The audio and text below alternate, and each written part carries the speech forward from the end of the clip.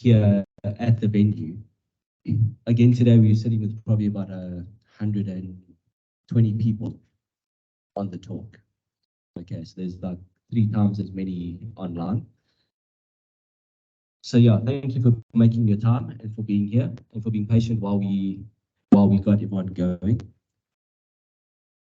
Again, this talk, and as these series of talks have done, it's a continuation of what we've been doing over the course of the year. And now we're obviously evolving further and further down that line. So hopefully you guys are going back, listening to the talks online. It is obviously being and recorded. It will be posted probably by Friday already, as per our norm. It's very, very good on that. Well done, Ed. So following in with that, today's talk is about the actual business model validation. So remember in earlier talks, we looked at getting your costings right. What is your P&L? You know, are you going to make money? So you're doing the finance side of your business plan. So you've worked it out. Yes, if I buy here and I sell at this volume, I'm going to make some cash. Sorry, this mic seems to be playing up a little bit. Just hopefully it gets a little bit better. There we go. So now the next step on that process is going to be, I've done the maths, I've looked at who I want to sell to, now how do I validate that? And that's what the business model validation is. So you want to validate what you've done.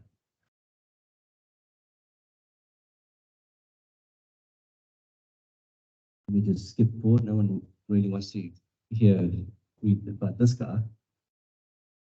Okay, so this is what we're going to look at. Validate our business model. Innovation, obviously for customers, or how you innovate. And then there is a business model canvas. It's 1 page. You guys can download it, we can share it with you, and it's going to go through these things we're talking about. So when we get to the last bit, I'm not going to repeat the things we've already spoken about, but you'll understand it a lot better in terms of that. Excuse me. All right.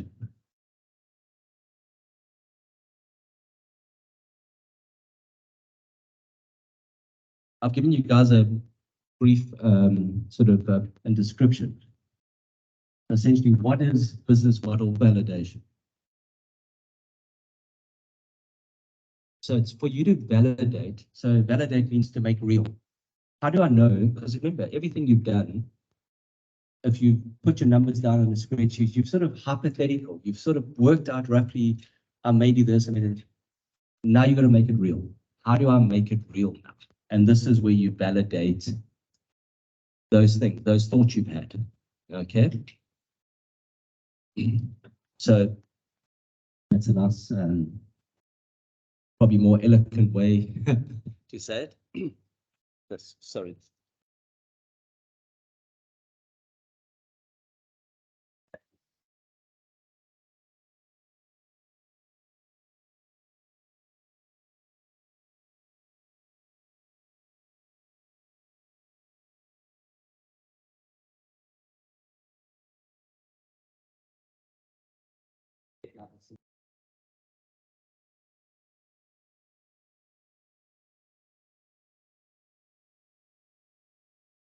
Apologies, guys. So the mic just died. It wasn't me. I'm still alive.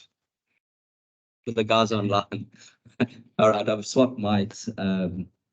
That'll make things a little bit easier.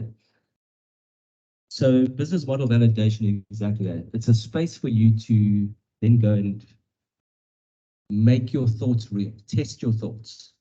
Okay. So what is your business? What are you trying to do? So you're trying to fit the problem. So, you know, you have a product and you want to know who your clients are. So how are you going to do that? You're going to go through, and I was alluding earlier, the guys online can't see me. I'm in shorts and a shirt. and some tackies, which is unusual from the way I normally dress. You probably see it on social media now with the guys posting, but it's exact, and I did it on purpose for a reason. So business model fit. And I'm going to use this now as we go through other steps.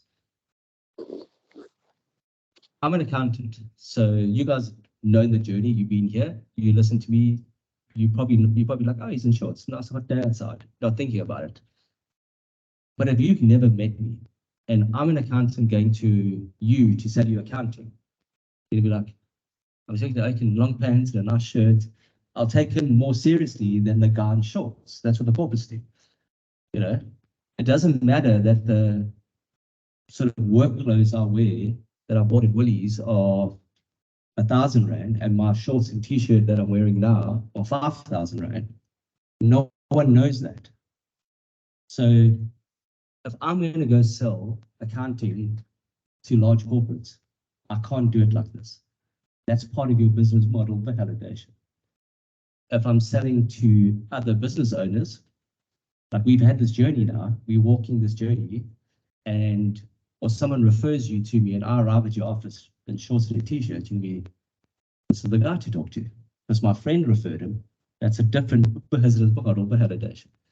So that's important. That's the journey we're going to go through. That's what we're trying to assess. So I might have everything. I might have all the skills, all the education, whatever. I arrive at corporate head office like this, I don't have a customer.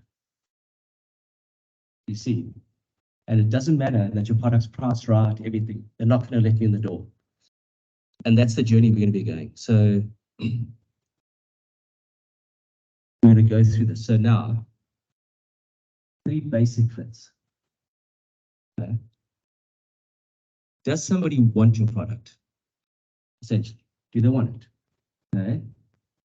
If they want it, do they see value in it? Because that's why they're going to pay you, because there's value in it. Okay. And then, does your value give them the benefit? So we all know if I want to just get from A to B, I can buy any car. I can buy a Volkswagen Polo. It'll get me from A to B. But I can buy a Porsche as well. It'll also get me from A to B.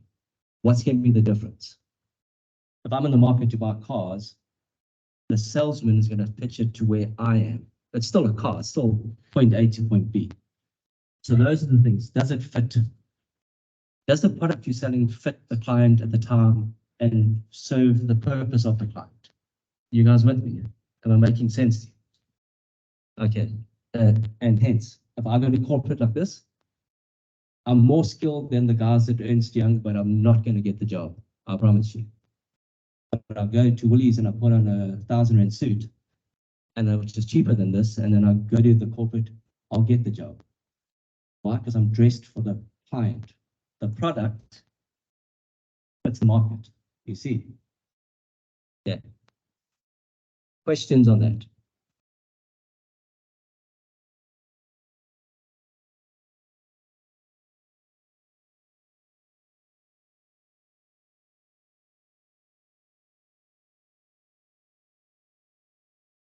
Okay, so the guys online, the question is, so what is required for the SME to validate, to match the client? So that's what we're going to go through now. So this is what we're going to be doing. So how do you do it? As the slide, so you're one step ahead, as always, which is fabulous. So engage your customer. So how do I validate? Using my example, I go knock on doors. And I'm dressed like this because I'm comfortable. I'm in Durban, it's hot. And I don't get the work. And then one day it's cold and I go still doing my knocking on doors, but I'm wearing jeans now and a shirt. And the person says, come in. And then I think to myself, oh, hold on, that's weird. Only difference between what I was doing is I'm now dressed up a bit. So that's how we do it. So I'm unconsciously doing that. And a lot of us might be unconsciously doing things while we're trying to find clients. We're unconsciously doing things. Like I'm knocking on every door to sell eggs. Not everyone's going to buy, but so you unconsciously realize, hold on, if I stand at the taxi rank, I'm going to sell all my eggs without having to walk anywhere. So what is the business plan? walk 6 days selling eggs, or SME.TAX rate can sell all your eggs in one day. But you figure that out, and that's what that. So you engage your customers and find out what is it, what is the why, what makes them buy from you, and you ask them properly. And the best customers to ask, it's not on here, are the ones who say no. You might think that's weird. Why am I going to spend more time engaging with someone when they've said no? And it's very, very important, because they'll answer the rest of your stuff. So engage the customers. You ask them, I'm selling my stuff, and they go no. And then the next question is, why not?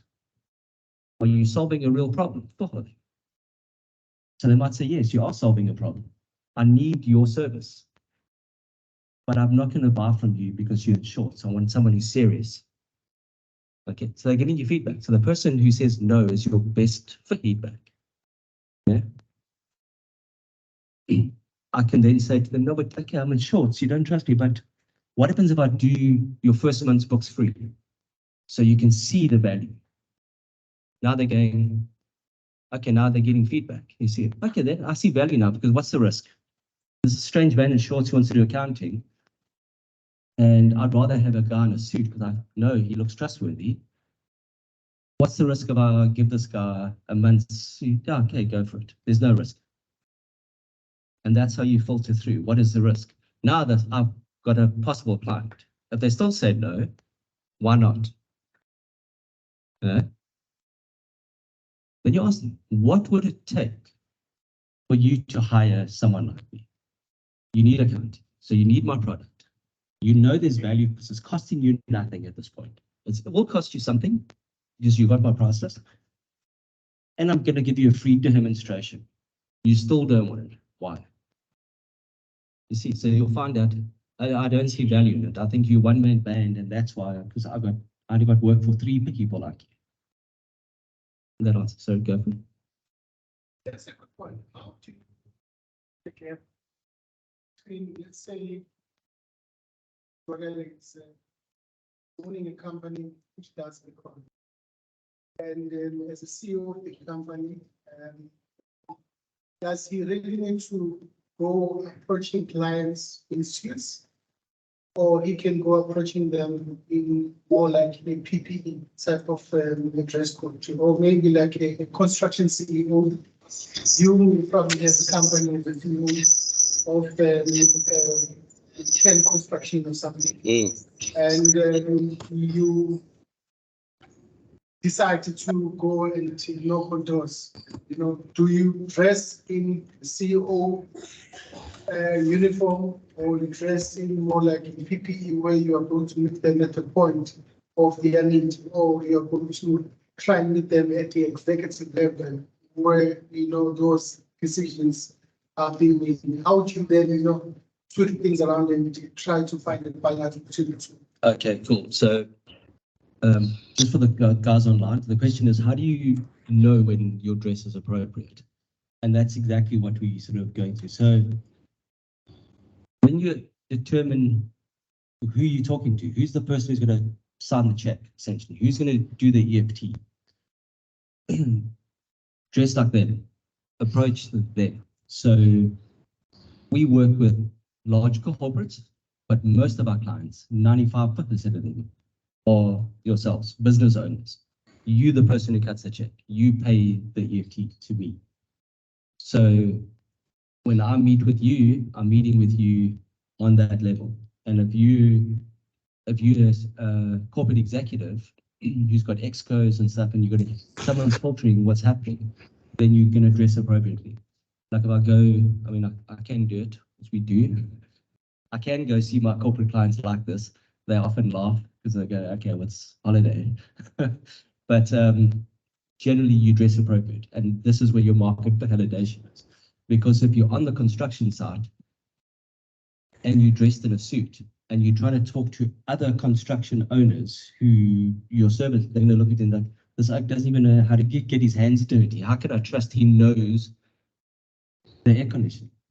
He's telling me he can put it in, but Look at him. He doesn't even have dirt on his hands. You see, but that's the truth, and that's my story with the accounting. I go to a corporate dressed like this. They're gonna go. I'll take him seriously in a suit because a suit guy has got a pen and he's got pens in his pocket, and so it's dress appropriate, and it'll so dependent again who your target is, and this is what this is. That's how you validate, and you validate it by going and knocking on doors. And there's a lot of it you can obviously assume. Like we already know, you wouldn't go to I wouldn't go to large corporates trying to sell my accounting services dressed like this because I know it'll be no. You know, so you then that's what you're filtering for. So just in a nutshell, maybe, I would imagine that as an eco guy and as a fire guy, there's a lot of decision makers along the process. You find that you speak to the maintenance guy, and some decisions are also made by the safety officer, and some are also made by the finance as people who also process invoices and stuff. And some are made by the head of the procurement. So you then try to filter it down with who you are going to visit at that time, because sometimes it's not that you will visit the client and then get the buy-in at that time. You have to go through quite a number of decision makers within the company in order for you to be absorbed into or trusted as a service provider. So, and that is true, and that's where your validation comes in. So and that'll be part of your sales cycles. You know, when you did your business plan and you're looking at your numbers, and I'm going, I need so many sales to make a gross profit. If you now know that you mining guy, you're going to go do sell aircons or fire safety, you're going to talk to the guy on site, you're going to go to the safety officer, and so your sales cycle is not, I'm like the shop, I'll walk into the shop, I'll buy something, I'll walk out. The sales cycle is instantaneous. Yours, the sales cycle is longer. So when you doing your planning, plan that in. That's how you validate. Well, how do I make it shorter? And we're going to introduce you a client of ours because you fit what they need. So sorry, Blondie, I'll get to. So what you want to do is then, so it depends who your client is. So we're going to introduce you a client of ours, and the main driver guy, Lane Mining. If you meet him, I'll meet him like this, because he works on the mine. His business partner lives here in Zimbabwe. He wears a suit. So, but the guy on the mine will make the decision and tell his business partner to accept your quote and pay you. But if you met the business partner and you went like this, you won't, he doesn't know the product, he's the guy who pays the check. You see, so it just depends and that's how you validate. Because how do I shorten the cycle? How do I, okay, so the next time I don't talk to the installer in the field, I go straight to the safety officer. Yeah. And when I realize the safety officer is going to refer me to the plant manager, what do? I go to the plant manager. But I can't get a meeting with the plant manager because the secretary wants to know why I want to meet with them. So then what you do is the person is your client, the person you're trying to solve for is the secretary. So you bring her flowers. I'm here again today. On this day, he's pretty busy. You look beautiful. I love your dress. The lipstick looks nice. The next time you come there, she's going to know your name. And the next time you come there, she's like, I've got an opening in the diary. So that man's buying from you. The customer is the secretary letting you in the door. So, and this is where the validation comes from. You see. So that's why you want to run through these steps. So do some of these things up basically. Oh, sorry. No, go. That's what we have for. So you don't try to personalize this, but the reason why I'm asking that is because I've realized that if you are working from a B2B, the sales process is a bit longer, since there's quite a number of decision makers involved, and you cannot just go to me and the man will probably have to send go to someone else, and then someone else needs to get a buy-in from the other person. So how do you sort of try to shorten that cycle? Because I sometimes work with some hospitals where the maintenance guy may like you, and only to find that the procurement will probably, have issues with regards to compliance, and that compliance, they may like you, and maybe the finance guy, they do not like the price, and vice versa. And you find that there's quite a number of conflicts within that value chain for you in order to break through. How do you then shorten? Well, that's exact. So when you're validating, you got to go, and large corporates generally have a procurement cycle. So you'll have to get on the procurement list. You'll have to do the stuff where small business owners, they make the decision. And how small, and this is where we'll go, just highlight again. So on that, again, you're highlighting a problem, but the problem is validate. How do I shorten that cycle? So I know selling to the hospital is nice because I'm going to make R500,000 on one sale, but it's going to take me a year to make R500,000. So how do I shorten that? That I can do lots of R500,000 sales. You probably can't. And if it's not a private hospital, you probably have to bribe the person to get the deal, which is not ideal. No, and these are facts. These are facts. Yeah. So, but then it's still a cycle because it's not going to happen. You're going to get maybe 2 or 3 orders a year for R500,000. So you might make 1.5 million. But now you go to small business owners, where the person who owns the company makes the decision. And you're going to get an answer like that. So when I phone you, I've got fire extinguishers in my office. When I phone you, I'm like, I know it has to be done. The law says it's got to be checked every year. And when you walk into my office and you go, do you engage with it? Yes, I like you. Can you do the job? Are you solving a real problem of mine? You can show me certificates. Yeah, I'm graded with these people. I've got references. So I can show you what I'm doing. Can the product you offer, is it value? I can check your stuff. That's going to cost you, because now you're not going to get the hospital, so it's going to cost you R500,000. I'm going, whoa, no, you're mad. So it's not value. But because you're reasonable, you're going to get, no, it costs whatever it costs. I see value in that. I give you the order straight away. It doesn't go to a procurement department. It doesn't go to anyone else. And that's what you got to validate for. So it's like catching whales. The fishermen sitting on the beach are catching shad. Why? Because you eat shad every day. It'd be nice to catch a whale, but what's the chance of you landing one? So you need to be catching shad every day. And that's where the small business is, and look at that cycle, and that's how you validate. You go through these things. Who's going to give you the nice stuff? Who's going to give you the money? So every day on a small guy, or 3 times a day on small guys, is going to give you that R500,000 you're hoping to land from a hospital in a year, where you can do it in a month with a whole bunch of small guys. And that's the process. That's exactly the process. Does it make sense? Blondie, you were going to ask something.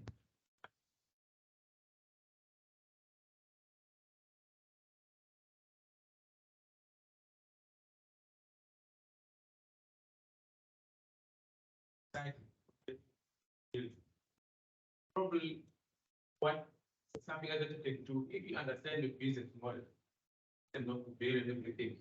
If we are in a small business, I think also we need to have what we call the elevator pitch. That means in an instance whereby you meet a portable individual, probably big company decision maker and not a champion one. But if you have an elevator pitch, that means in 3 seconds or 5 seconds that you can in this exposure. Whatever you're going to say must grab attention to ask you a question.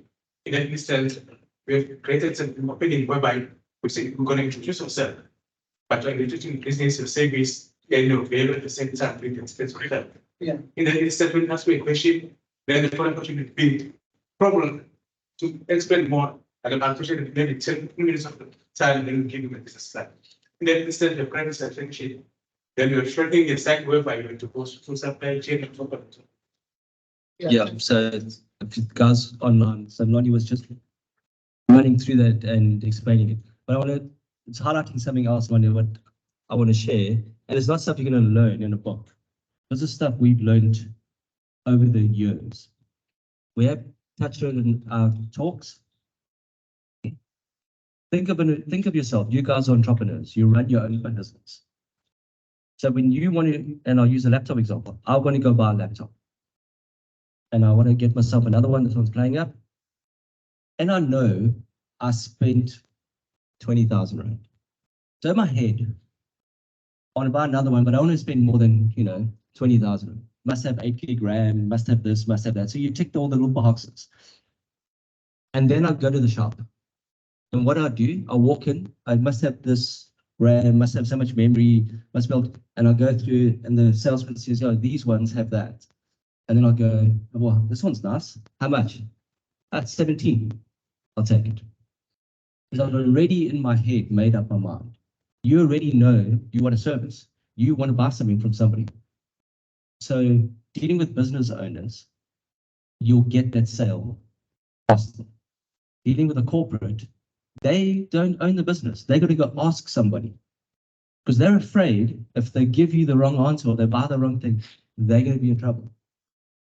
No one can fire me but the customer. No one can fire you but your customer. So, and entrepreneurs know other entrepreneurs. Think about it. You're a circle of people who own their own companies. Look at your circle of friends. If you own your own company, you're with people who own their own companies. If you're in a corporate, you go ask a guy in a corporate, how many entrepreneurs do you know? Maybe one out of a circle of 10 friends. You probably have one person who has a corporate job in your circle of 10 friends. And then you go, who else needs my services? And that person's going to buy because that's how it works. You're not going to read that in a book. Because entrepreneurs know other entrepreneurs, and small business owners have already made up their mind. Think about it also when you want to go to the shop. I've only got 1,000 Rand to spend. So you're not going to listen to a story for 5,000 Rand unless you've got 1,000 Rand a month to spend and the salesman says, no, you can labor out for 5 months. Then I'm still spending my 1,000, but I'm getting a 5,000 Rand thing. So that's market validation. Does that make sense? Cool.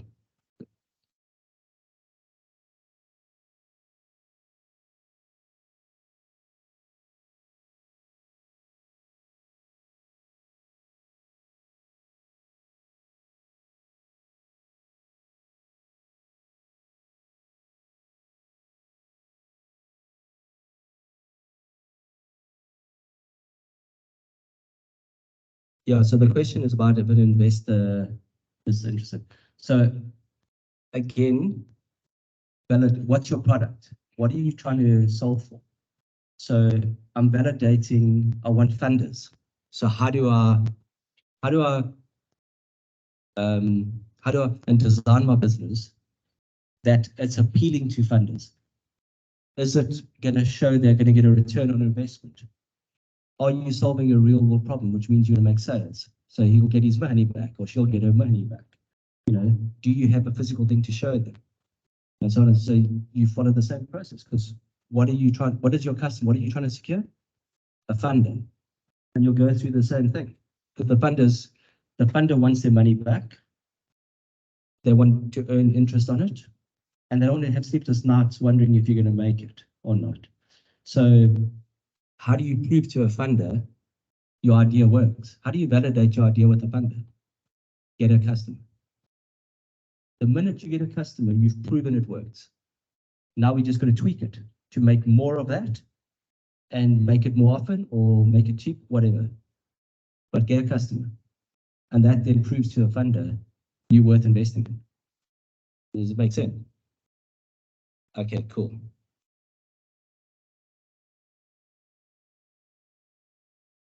Innovation. What is innovation?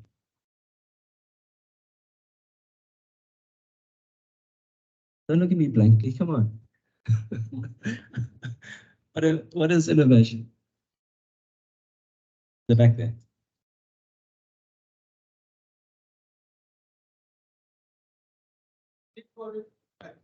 Okay,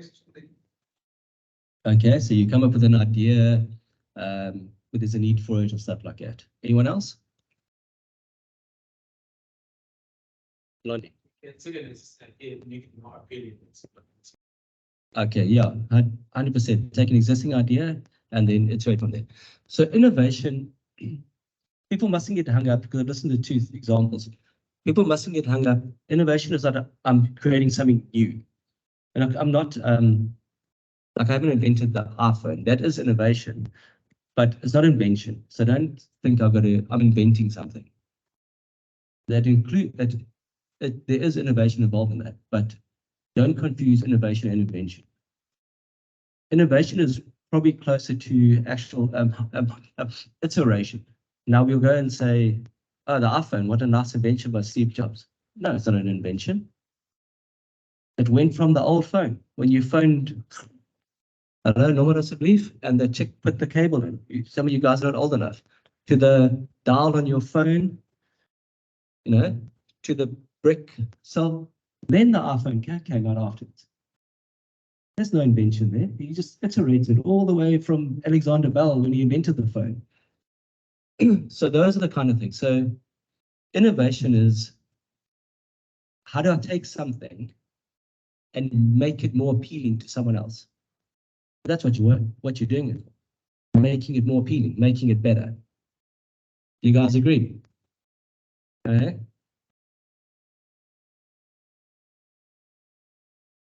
Give me time to read that.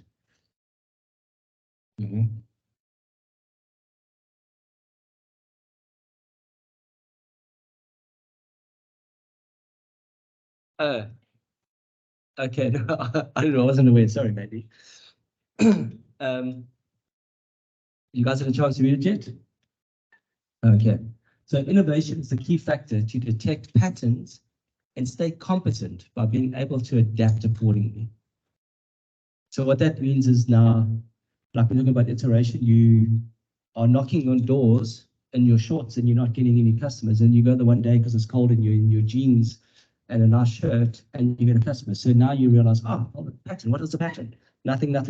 Oh, customer, I'm dressed nice, I'll get customer. Pattern, following the pattern, okay? It's not about new tech, excessively utilizing big resources and completing new ideas. It's not about that. When I go to a client, and I made this mistake when we were younger and not as wise, we've learned to not be smarter, but to make less and mistakes.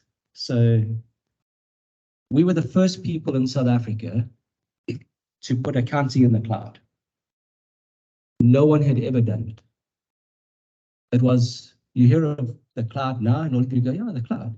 In 2007, when we put Pastel, which was impossible, in the cloud, and I go to my client and I go, yeah, and what we do is we do accounting, but it's like in the cloud, eh? And it's like, and the people are like, what are you talking about? How's my accounting in the cloud? I lost the client because they couldn't comprehend. The technology was amazing. The technology didn't solve their problem. What is the problem? They wanted their books done. You see, so it's not about the tech. No one cares how fancy your car is, and you can see that from the Bolt and the Uber drivers. Do I care that it's a fancy driver, or do I care that I can get from A to B? I want to get from A to B. I don't care if the car's green. So it's not about the tech, okay? It's about learning from others and reinventing your business, often with the resources you already have. Does that make sense to you guys? And you might have seen this written as often used. Start where you are with what you have. You heard that? It gets pushed around a lot. That's what that is. Is it not working for you? Innovate. How do I tweak it? How do I iterate? What am I doing? I don't need a bicycle because I'm walking house to house selling eggs. How do I solve the problem? I can either get a bicycle and ride from house to house selling eggs, so it doesn't take me as long, or I'll just go to the taxi rank and sell all my eggs without going anywhere. That's one trip. and it's all sold. Which is a better plan? Getting a bicycle or just walking to the taxi rank? Walking to the taxi rank. And that was innovation. So we don't necessarily need more. Just think slowly through your business about what, and often we get overwhelmed by, I don't have all the answers. You don't have to have all the answers. I don't have all the answers either. But amongst your friends, amongst yourselves, you will get answers. And knocking on the door, you'll get answers. And talk to the people who say no. And we've tried this. Go to a client, no, thank you. They were like, why? And they're like, no, you're too expensive. I said, okay, so our price is the problem. How much must I lower my price so that you'll hire me? And they go, no, it's not just the price. You're based in Joburg. No, I've got an office in Durban. So it's not the office now. So we're in Durban, we can help you. No, but it's like, and you figure out why the no, so the next person you go to is, no, how's it? Yeah, no, we do have books. We have a range of prices. We're based in Durban, and I can have someone at your office. How do I know that now? And that person will be like, oh, wow, this is giving me the information. The person who said no, I went and asked them, why no? What would make you hire me? What must I change to make you hire me? You with me? Sounds very simple. But that's what we're going to do. Okay. So this is the innovation cycle. Okay.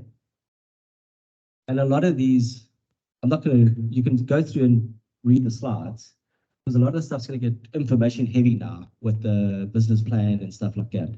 And I don't want us to necessarily have to go through each thing. So a lot of the stuff is going to turn on exactly what we've already said now.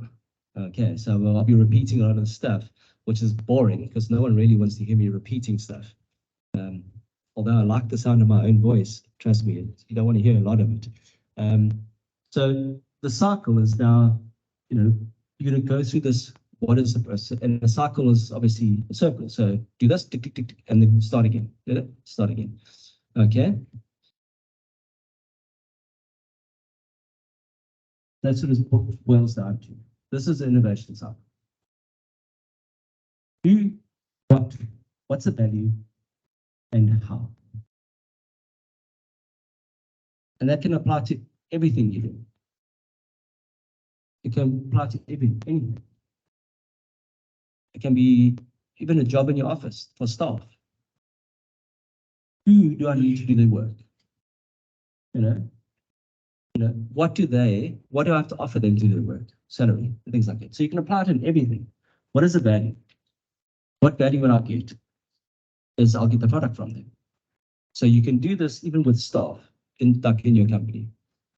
So that's what you need to answer for. Okay.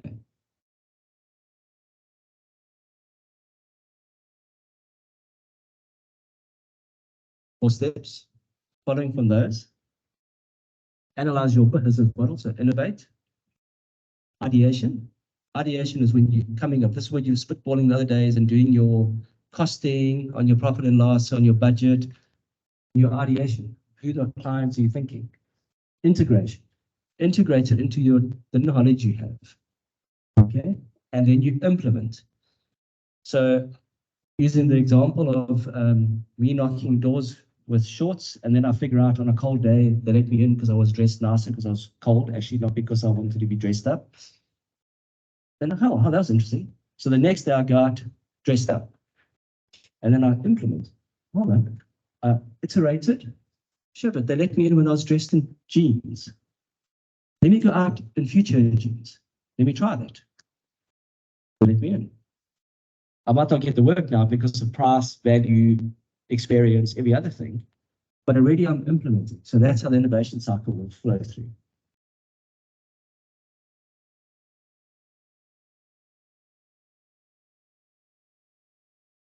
Yeah, so pay attention. You can't do everything at once. You're not going to figure out if it's working. Well, what is working if you change everything? Okay, so do one thing at a time. And I'm using the example of the clothing, and I'm going, they're not letting me in because I'm knocking on doors as an accountant in shorts. And I'm getting corporates as my client, and that day I go there in a suit, they let me in, then they want to talk to me. Then I know suits are the answer, but then I might work out later, I can actually get away with just jeans and a nice shirt, for example. But I don't know. So try one thing at a time. Don't go back to shorts. And then communicate what it is. So what are you actually trying to achieve with your plan? So you test it. I want to achieve that, change this thing, test it. Okay. KPIs are, you guys have heard the term all the time. So it's key performance indicators. So essentially it's goals. So just make your goals manageable. Because we all want to land on the moon, but if you can't build a rocket, you're going to fail. So your goal should be build a rocket or make an engine. Elon Musk is great with SpaceX. Build an engine first. Can I make an engine? Now I can iterate it. The goal is to go to Mars. He hasn't quit now because he's meeting his goals along the way. Yeah. Get top management involved. So we small business owners, you are the top management. Okay. Your spouses and your business partners are the other top management. They're the ones who are going to listen to your story all day. And they're going to tell you, positive or negative. So get them involved. Then you're going to follow through because you're going to believe it. You've spoken to someone, they validated it with you, you're more likely to do it. Okay. Okay. Questions so far on that innovation cycle? Yeah. Till, how are you doing? Good. Okay. I'm getting good at this. You guys aren't asking anything. I'm going to get a big head now. All right. So customer validation, we did touch on earlier. So I'm going to skip through these, but not just look good. I want to just run through, and this is the most important for probably any business owner. Who's your customer? You know. So what is customer validation? It's the process where you validate what your customer dislikes, likes, and needs. What is the problem in your customer's world? So that's what you're doing. You're selling solutions. I'm doing accounting. So we often are saying in our offices, what do we sell? We sell service. That's what we tell our staff. We sell service. What do? We do accounting. But what we're selling our customers that service. They got peace of mind. They don't have to worry about SaaS. We do that. But we do it by doing the bookkeeping. You see the difference? You're fixing aircons and fire extinguishers, so the business owner doesn't get a fine. So what are you doing? You service. You're selling service. You're taking care of the fire extinguisher, making sure the licenses are out, everything like it. So figure that out. Good question.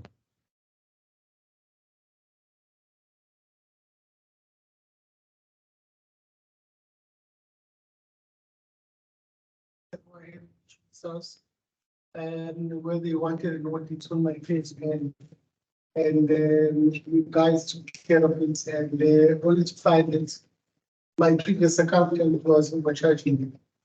And when you send everything to SARS and all the supporting documents, and they then discovered that I'm due for a refund. So on that one, I can fully agree with that because you know, took care of it efficiently and you were informed from the start.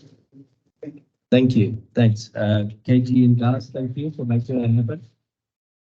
But now that's a case in point. So our thing in the office, what do? We sell service. And the case in point, I wasn't aware. Shows you, I wasn't even aware. The staff were doing it without me. I wasn't even aware of that. But that's what you're doing for all your customers. So think about what you're doing in your business. And what are you solving? What are you solving for? You know, If I'm selling food, what am I solving? I'm solving hunger. Possibly, I'm solving hunger. I'm selling food, what am I solving for? Convenience. Maybe it's convenient. I can just jump off a car, grab something, order at the side of the road, like the car. What am I solving? Because the people in the car can go anywhere. They can go to drive-through and buy their coffee. Convenient. What am I solving for? What are you solving on your customer side? So what's the problem? Yeah. This is the most important. You solve this issue. Your business makes money. And by make money, I don't mean you're making a profit yet, but you're making money. Money's coming in. Now you can fine tune to make a profit. But solve this and you're making money. Questions on that?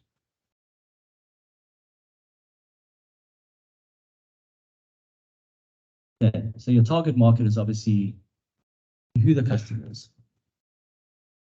And how do you find who your customer is? Everyone's my customer. No, everyone's not your customer. Okay, so how do you find out who your customer is? And this is what you'll go through. Should I undo the whole whoopsie?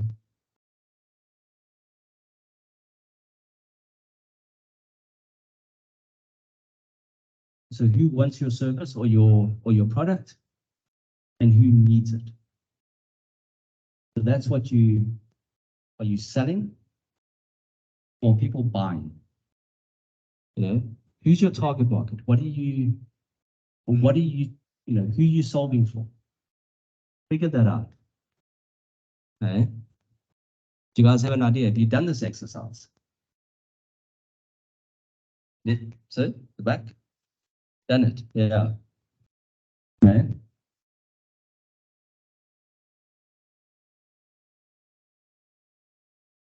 These are the type of points you'd go through. So who are you selling to? Okay, so who is the person buying?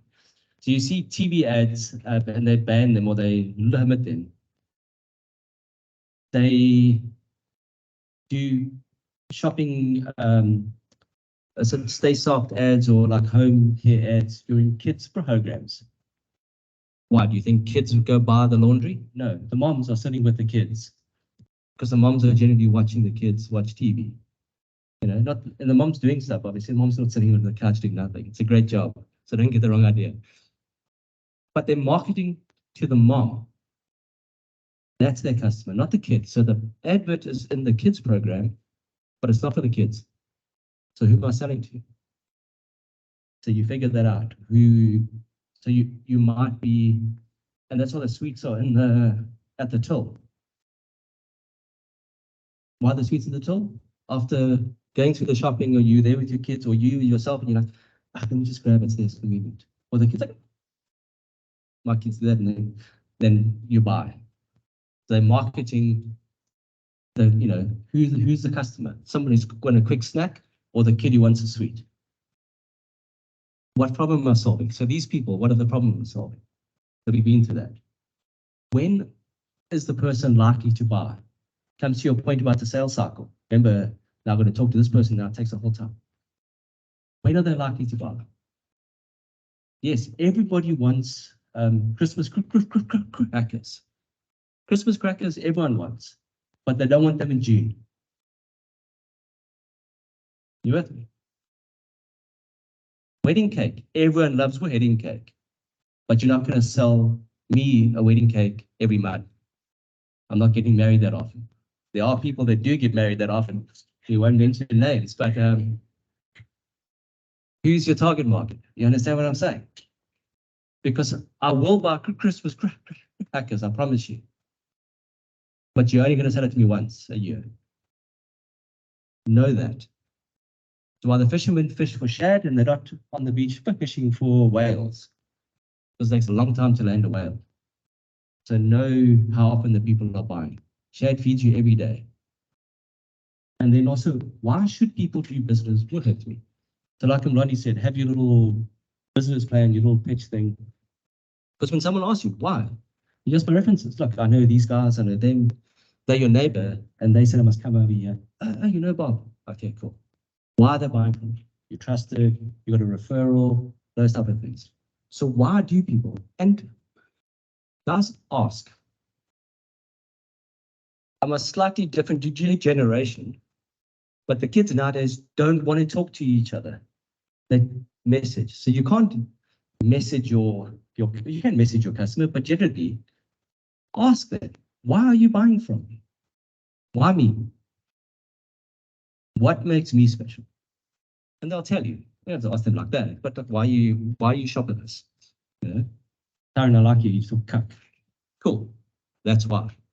Then Ken sends me to go talk cuck to everyone so that they buy from us. So why should they buy from you? What is your value proposition? Okay. And then how do you solve their problem? I'll give you a very real example for us. We never sell accounting. How do we sell service? But when we meet a new client, we never tell them what we can do in terms of accounting. We never say, oh, we can debit here. No, we don't. Why are you looking for a new accountant? And then quickly, everyone wants to moan. Oh, the previous guy, he didn't do this, and my VAT didn't get submitted. You heard already. I should have got a refund. The calculation was wrong. They're telling me all the reasons why they're leaving. You know what my answers? I can fix it for you. I haven't said one thing about accounting. How good I am, what it is, nothing. I can fix it for you. And it will cost you so much. So A, I solve a problem. B, the price is good. That's it. And we do that often. We don't even talk about debits and credits and stuff like that. So how can you solve that problem? Very often people turn around and they'll tell you everything. And you, oh, and how much are you paying this guy? Oh, he was overcharging me. He was charging. Now we do the same thing, but it'll be 10 Rand cheaper. I'm with you. Done. Let's move. Okay. You understand that? You understand the difference? Buyers and sellers. Okay.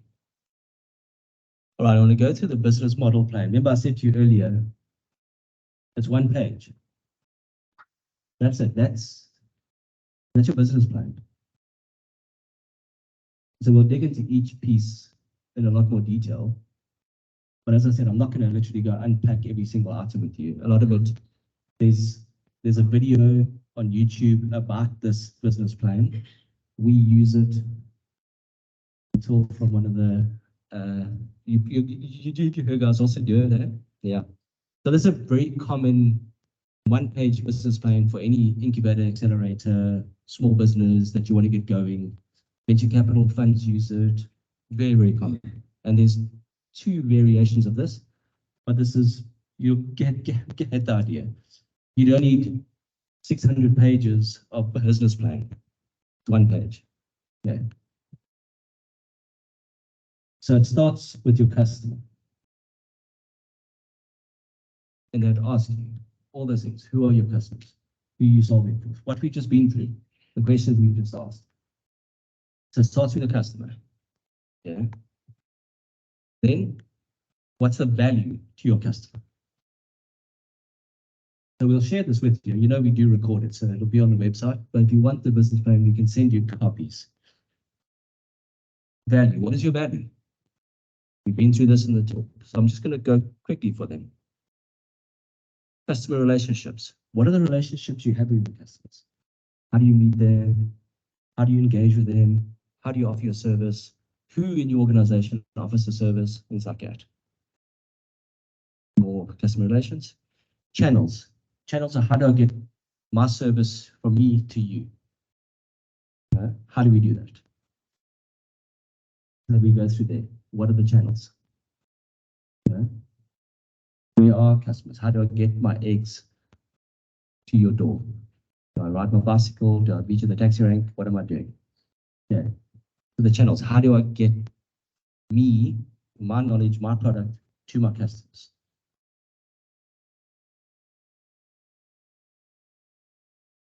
So these are the online channels for you marketing.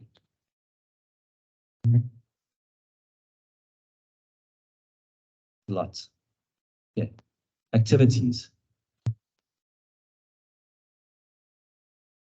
So what are you doing? Okay. What are you doing to get the product to your client? What are you doing? You know, what resources? What do you need? What key activities are needed? Okay. You guys read them.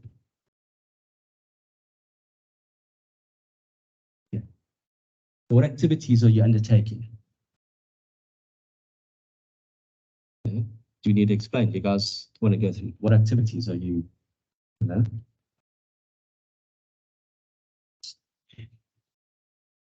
Yeah.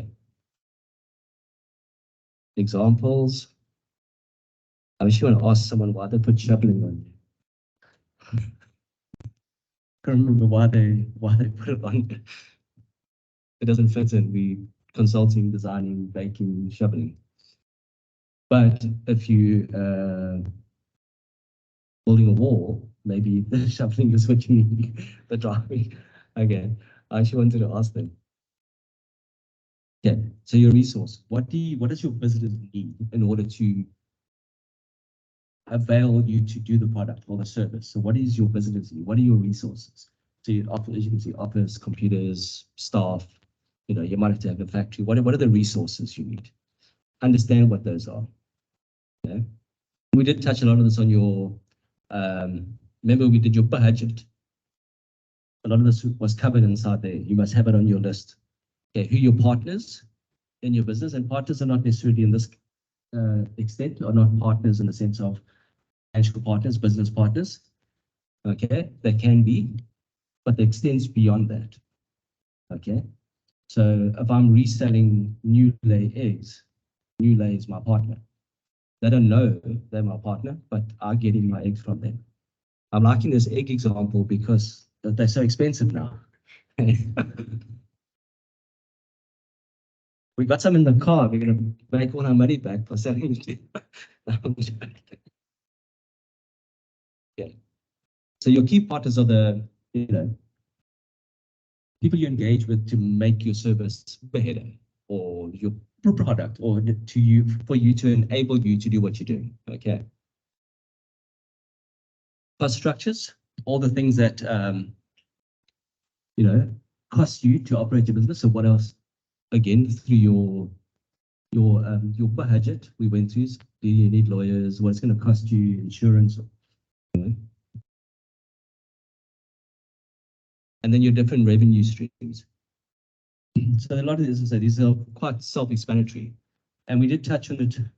Like we use the example for everyone's your customer if you're selling Christmas decorations, but they're only buying from you once a year. So you can say, oh, everyone's my customer. Yeah, but they're your customer once a year. But now I might make it. There was a lady in Salt Rock who had a Christmas shop, and it was a good example. So she would go find an empty store and literally open in November, decorate a shop and sell Christmas decorations and stuff, and close December 25th or the day before Christmas. She'll close.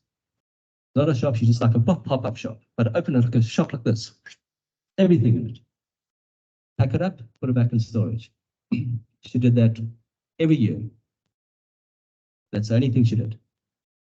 But now, most of us can't survive on that if you don't have that kind of market. These things were expensive, and they were like Santa Claus, things that stood this high. They were like 15,000 Rand imported from China and stuff. Ordinarily for us, you've got a product that does one big sale, it's a long sales cycle. What do you put in between? So now you could be selling lights, fittings, or to find different revenue streams. If you've got multiple, line them out. Line out what your revenue streams are. Okay. Yeah. So these are the basics from what we've done. Who do I need to sell my products? What do I sell or offer? Your items. What do I need to sell? Why do my clients care about me? What value do I add? How am I selling and where? How am I getting my product to the client physically? Who am I selling to? What does it cost to sell? Sorry. And then how am I making money? No, profit, not making money. The sales will give you money, but are you making a profit? Okay, so that's what the different items went through. That's obviously just simply written out on there. Questions?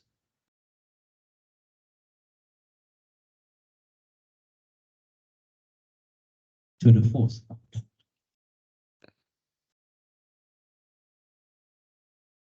Okay, there's a lot to absorb there.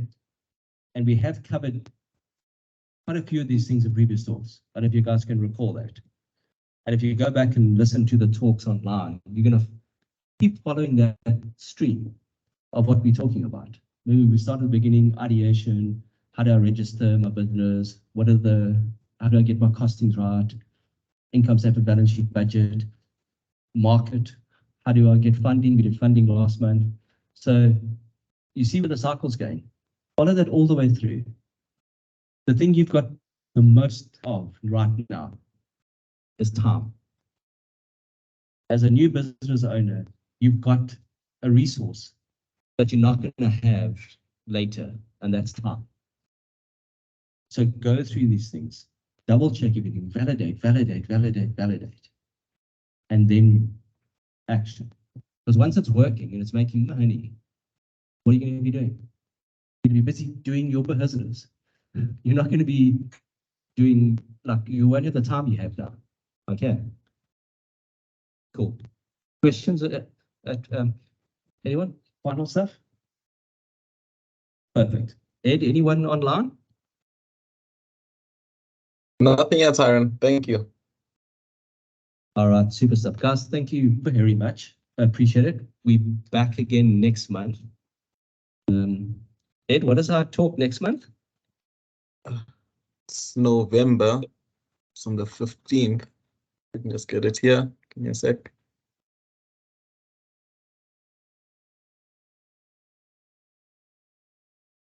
Taxation, small business corp rules. Okay, cool. So what we're going to do, so next month we're going to discuss the small business corporation rules. Remember the tax thing we did with small business, how you save your money on tax. So all the money you're going to make now from this business plan, by next month you're going to have to work out how you don't pay, how you avoid your tax. And that's the conversation we'll have next month. So go make the money so I can help you avoid paying tax. Not evade paying tax, because that's a big avoid paying tax. Okay. Thank you, everyone. See you guys next month. Okay, cheers.